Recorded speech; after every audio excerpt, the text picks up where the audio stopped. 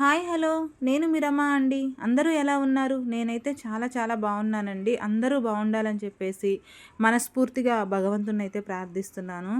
ఏంటి రమ ఎక్కడికి వెళ్తున్నావు ఏంటి అనుకుంటున్నారా? నేనైతే టెంపుల్కి వెళ్తున్నానండి. చాలా విశేషమైన టెంపుల్ అయితే వెళ్తున్నానండి. ఇది ఎక్కడుంది అనుకుంటున్నారా? ఏటుకూరు బైపాస్ అండి.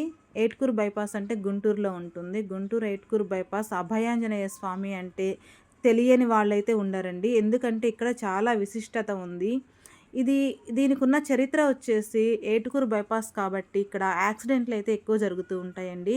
అలా యాక్సిడెంట్లు జరుగుతుంటే చుట్టుపక్కల గ్రామస్తులైతే ఇలా యాక్సిడెంట్లు జరుగుతున్నాయి, ఇక్కడ చాలా అశుభంగా ఉంటుందని చెప్పేసి ఇక్కడ స్వామివారిని అయితే ప్రతిష్ఠించడం అయితే జరిగిందండి.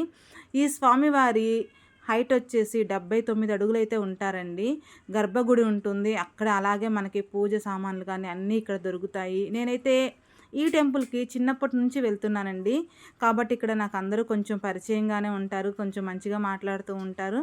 అలాగే నేను మా మేకప్ అకాడమీకి, అలాగే మా హస్బెండ్ వచ్చేసి హోటల్ అండి.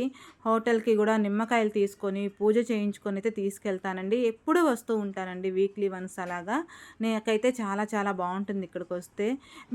మీలో కూడా ఈ టెంపుల్ ఎంతమందికి తెలుసో చిన్న కామెంట్ అయితే చేసేయండి. ఈ టెంపుల్ విశిష్టత అయితే తెలుసుకున్నారు కదా. మీరు ఎప్పుడు ఇటు సైడ్ వచ్చినా ఎక్కడ వాళ్ళైనా సరే నా వీడియో ఎంతవరకు వెళ్తుందో అన్నది నాకైతే తెలియదండి. కానీ మీరు ఇటు సైడ్ ఎప్పుడు వచ్చినా కానీ ఆగి స్వామివారిని దర్శించుకొని పూజ అయితే చేయించుకొని వెళ్ళండి. ఇంకొకటి ఏంటంటే అండి, ఇక్కడ కొత్త వెహికల్స్ ఏమన్నా తీసుకున్నా కానీ మంచిగా పూజ చేస్తారండి. ఇక్కడ పూజ చేయించుకుంటే చాలా చాలా బాగుంటుంది వెహికల్స్ కూడా. మాకైతే చాలా సెంటిమెంట్ అండి. మేమైతే ఏదైనా ఇక్కడే పూజ చేయించుకుంటాం కాబట్టి అదే నేను కూడా మీకు చెప్తున్నాను చేయించుకోమని చెప్పేసి. ఈ వీడియో మీకు నచ్చినట్లయితే లైక్ చేయండి, షేర్ చేయండి, కామెంట్ చేయండి. అలాగే సబ్స్క్రైబ్ చేసుకోవడం అయితే మర్చిపోవద్దండి. ఇట్లా మీ రమ మేకప్ ఆర్టిస్ట్ గుంటూరు.